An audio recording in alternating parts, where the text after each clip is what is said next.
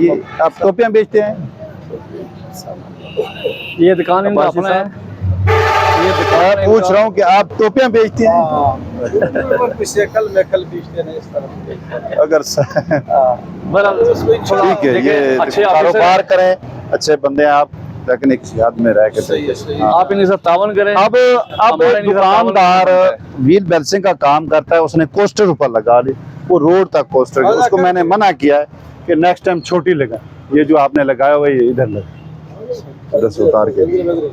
ये देखो मैकेनिकल किधर काम कर रहा है, ये मैकेनिक किधर है? इधर बाहर आ जाए भाई, आप इधर आ जाएं।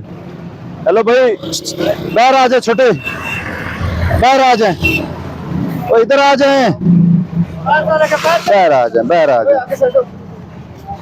ये गाड़ियों को जो मैकेनिकल काम है रोड के ऊपर किया जाता है। नहीं, ये क्या कर रहे हैं आप? हैं?